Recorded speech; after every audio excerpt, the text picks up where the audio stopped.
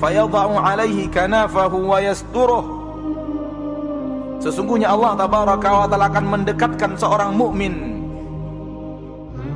pada saat hari berhisab, di mana semua hadir, yang pernah hidup di dunia hadir, malaikat-malaikat Allah hadir.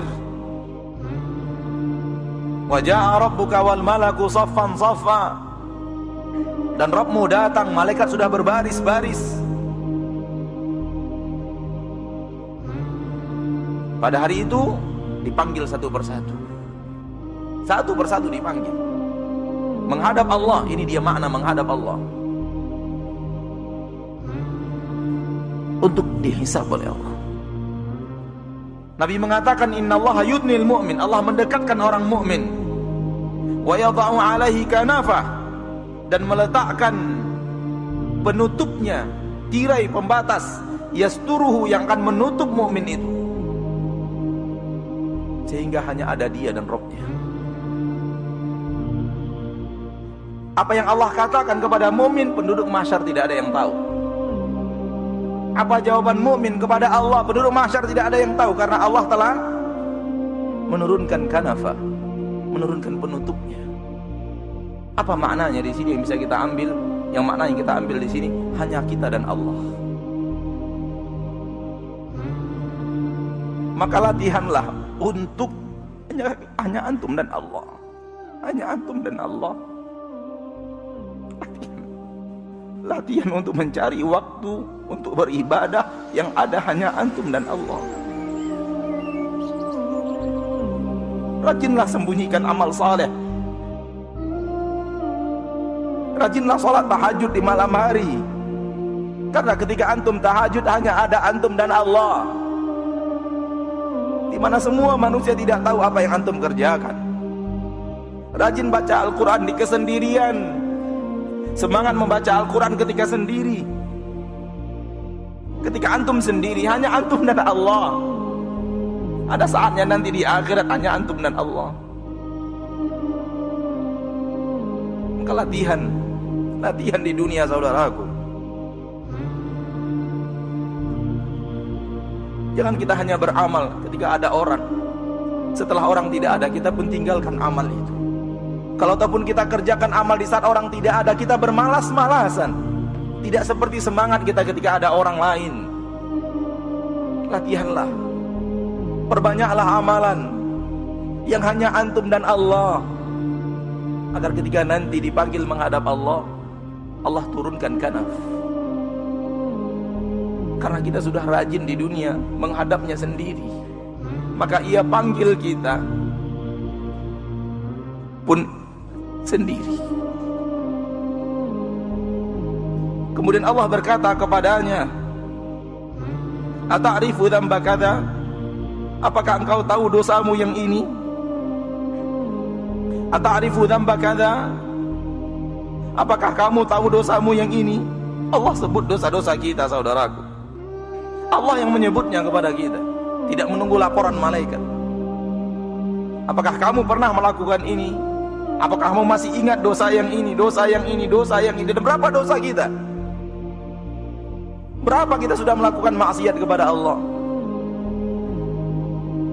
Fayaqul, ketika itu dia, seorang mukmin mengatakan, na'am, ay Rabbi, benar wahai Rabbku, benar wahai Rabbku. Setiap Allah mengatakan, bukankah engkau melakukan dosa ini? Orang mukmin menjawab, benar wahai Rabbku, benar wahai Rabbku. Hatta idza qarrarahu bidzunubihi, sehingga dia, ketika dia telah menyampaikan dan mengakui dosa-dosanya, wa ra'a fi nafsihi annahu halak, dan dia sudah yakin dan merasa di dalam dirinya dia akan hancur dan binasa. Kenapa? Karena terlalu banyak dosa yang Allah sebutkan kepadanya. Terlalu banyak dosa kita yang disebut oleh Allah. Kalau ini adalah nasib kita, maka orang mukmin merasa dirinya sudah hancur. Di saat dia sudah merasa hancur karena terlalu banyak dosa yang Allah sebutkan kepadanya, Allah berkata, satartuha alaika fid dunya Aku telah menutup dosa-dosamu itu dari pandangan manusia di dunia, sehingga orang lain tidak tahu atas dosa yang kamu lakukan. Satartuha 'alaika fid dunya, aku tutup dosamu itu di dunia. Wa ana aghfiruha lakal yaum, pada hari ini aku ampuni dosa-dosamu itu. Ya akhi, antum berbuat maksiat, kita berbuat maksiat, dan orang tidak tahu bukan karena kita pandai menyimpannya, namun murni karena Allah menutupnya. Kalau Allah membukanya, dengan sekejap mata Allah bisa lakukan apapun untuk membuka aib kita.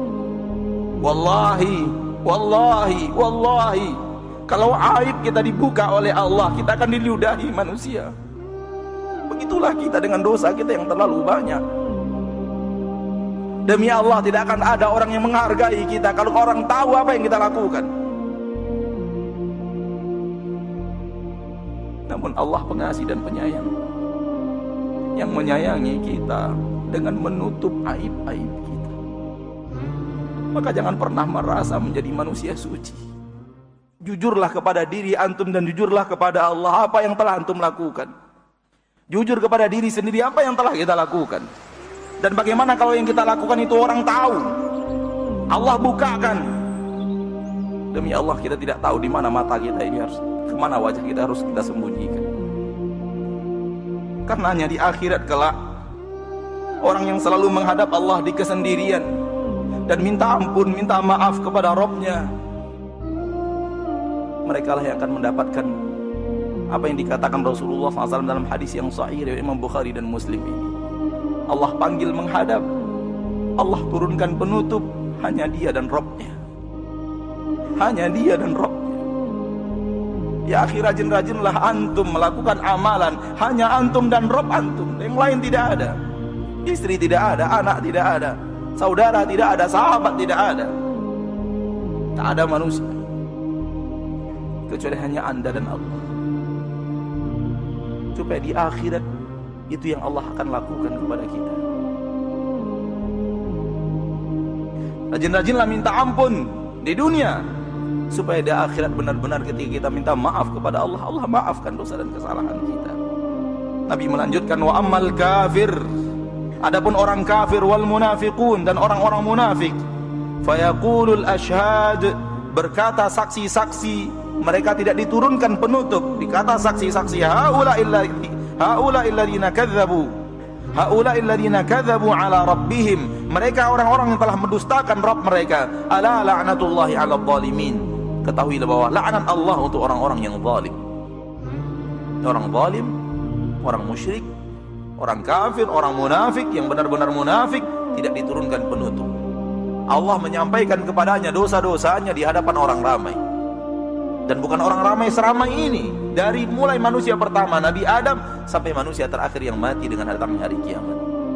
Mau kita letakkan di mana wajah kita ketika itu? Kalau kita yang mengalami, na'udzubillahi min dzalik. Maka lakukanlah di dunia. Lakukan di dunia. Sebelum saatnya kita ingin melakukan, namun tidak ada kesempatan untuk melakukan.